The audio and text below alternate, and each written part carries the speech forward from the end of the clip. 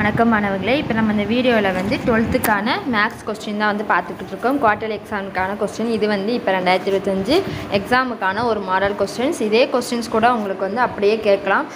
இதுலேருந்து அப்படி இல்லாட்டி இதுலேருந்து நிறைய கொஸ்டின்ஸ் வந்து உங்களுக்கு வரலாம். இன்னும் நிறைய டிஸ்ட்ரிக்ட்டுக்கு வந்து வெவ்வேறு விதமான கொஸ்டின்னால இந்த கொஸ்டின் வந்து எந்த டிஸ்ட்ரிக்ட் வேணால் வரலாம். ஸோ வந்து நீங்கள் கொஸ்டினை எந்த கொஸ்டினையும் ஒமிட் பண்ணாமல் ஃபுல்லாக வந்து பார்த்துக்கோங்க. 1 ஹவர்ஸ்லாம் நல்லா பார்த்துக்கோங்க. மேக்ஸ் சம் எல்லாமே நீங்கள் வந்து சாய்ஸ் விடாமல் எல்லா கொஸ்டின் இப்போ 10 கொஸ்டின் எழுத சொல்லியிருக்காங்கன்னா நீங்கள் 10 கொஸ்டின் மட்டும் பார்க்காதீங்க. அதில் மொத்தம் எத்தனை கொஸ்டின் கொடுத்துருக்காங்களோ அந்த எல்லா கொஸ்டினுக்குமே நீங்கள் வந்து ஆன்சர் செஞ்சு பார்த்துக்கோங்க. அது மாதிரி 5 மார்க் கொஸ்டின்ஸ்க்கும் அப்படி தான்.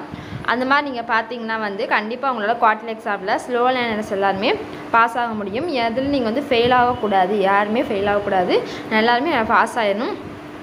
கண்டிப்பாக வந்து ஈஸியாக பாஸ் ஆகிடலாம். சொல்கிற மாதிரி படிச்சிங்கன்னா கண்டிப்பாக பாஸ் ஆகிடலாம். 1 வேர்ட் ஃபுல்லாமே நீங்கள் வந்து படிச்சுக்கோங்க. அப்புறம் ப்ரீவியஸ் இயர் கொஸ்டினில் கேட்டிருக்க 5 மார்க்ஸ் எல்லாமே செஞ்சு பார்த்துக்கோங்க. அந்த மாதிரி பார்த்தீங்கனாலே கண்டிப்பாக உங்களால் பாஸ் ஆகிட முடியும். அப்புறம் 2 மார்க்ஸ் எல்லாம் ரொம்ப ரொம்ப ஈஸியாக தான் இருக்கும். அதையும் நீங்கள் ஃபுல்லாக பார்த்துட்டிங்கனாலே போதும். கண்டிப்பாக உங்களால் 50 மார்க் எடுக்க முடியும். ஸோ அதனால் ப்ரீவியஸ் இயர் கொஸ்டின்ஸ் அப்புறம் வந்து இப்போ ப்ரீவியஸ் இயர் கொஸ்டினில் கொடுத்துருக்க மாடல் வச்சு அதே சம்மை வந்து அந்த நம்பர் மட்டும் மாற்றி கேட்கலாம், அந்த மாதிரியும் கேட்கலாம். ஸோ வந்து அந்த மாடலில் இருக்க கொஸ்டினையும் பார்த்துட்டிங்கனாலே போதும். கண்டிப்பாக உங்களால் பாஸ் ஆகிட முடியும். அதுக்கடுத்து வந்து நீங்கள் ஃபுல் மார்க் எடுக்கணும்னு நினச்சிங்கன்னா எல்லா கொஸ்டினுமே நீங்கள் வந்து போட்டு பாருங்கள். அப்படின்னா தான் உங்களுக்கு எக்ஸாமில் ஸ்டெப் பை ஸ்டெப் வர முடியும். அது மாதிரி டைமுக்குள்ளே வந்து நம்மளால் மேக்ஸ் செஞ்சு முடிக்க முடியும்.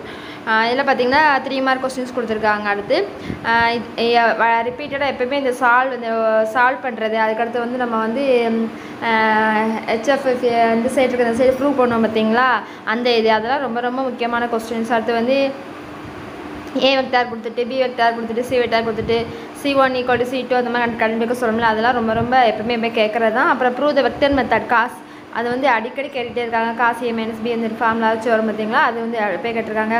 அடுத்து வந்து சால்வ் த ஈக்குவேஷன் x⁴ வச்சு அந்த வச்சு ஒரு ஈக்குவேஷன் கொடுத்து அதை சால்வ் பண்ணுறது.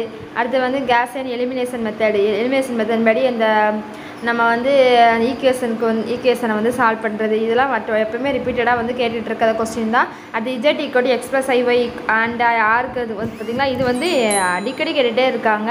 ஸோ அந்த மாதிரி கொஸ்டின்ஸ்லாம் நீங்கள் வந்து ரிப்பீட்டடாக கேட்குற கொஸ்டின்ஸ்லாம் நல்லா பார்த்துக்கோங்க. அதே கொஸ்டின்னா அப்படியே கொஞ்சம் மாற்றி கேட்பாங்க, அவ்வளோதான். ஸோ எந்த கொஸ்டினையும் ஒமிட் பண்ணாமல் நல்லா பார்த்தீங்கனாலே போதும். கண்டிப்பாக உங்களால் எக்ஸாம் எல்லாமே நல்லா பண்ண முடியும்.